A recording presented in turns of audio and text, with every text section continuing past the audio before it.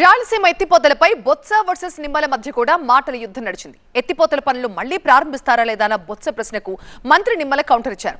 2020లో పనులు ఆపేసిన తర్వాత 3 ఏళ్లు వైసీపీఏ అధికారంలో ఉందని అప్పుడెందుకు పనులు చేయలేకపోయారని ప్రశ్నించారు నిమ్మల.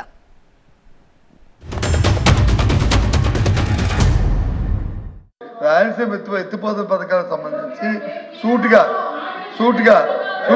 ఇందాక కూడా ఇప్పుడు కూడా అడుగుతున్నాం.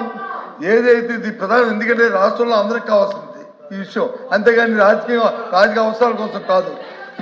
ఎవరైతే శాసనసభ సాక్షిగా తెలంగాణ ముఖ్యమంత్రి రేవంత్ రెడ్డి గారు ఏదైతే అంశాన్ని లేవనెత్తారో, రాయలసీమ ఎత్తిపోతల పథకాన్ని నేను చెప్తేనే చంద్రబాబు నాయుడు ఆపారన్నారు. అది వాస్తవా కాదా? అది వాస్తవా కాదా? అది వాస్తవం చెప్పండి. వాస్తవం అవుతుంది. ఒకటి. రెండు గౌరవ మంత్రి గారిని మీ ద్వారా అడుగుతున్నాం.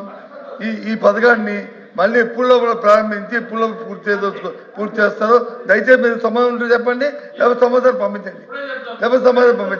అది ఈ రెండు కోసం ఎందుకండి నేను అడుగుతున్నాను.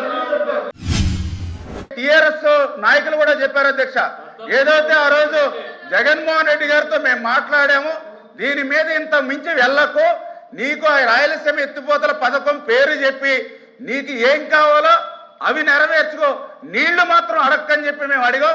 ఆ రోజే మేము నిలిపివేసామని చెప్పేసి అక్కడ టిఆర్ఎస్ నాయకులు మాట్లాడుతున్నారు అధ్యక్ష. అంటే నేనేం చెప్తున్నానంటే, పొరుగు రాష్ట్రంలో వాళ్ళ రాజకీయ లబ్ధి కోసం వాళ్ళు మాట్లాడతారు. ఇక్కడ వాస్తవాలు ఏంటనేది మనం అంగీకరించవలసిన అవసరం ఉంది. నేను చాలా క్లియర్ గా చెప్పాం.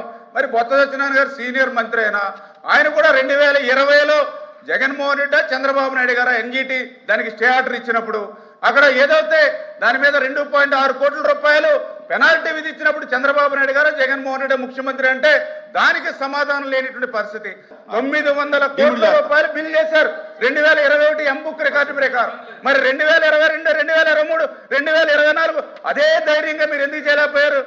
మీ సిఎస్ ని అరెస్ట్ చేస్తామని కూడా ఆ రోజు ఉన్నటువంటి ఎన్జిటి చైర్మన్ కూడా మరి ఆ రోజు లెటర్ ఇచ్చినటువంటి పరిస్థితి అధ్యక్ష.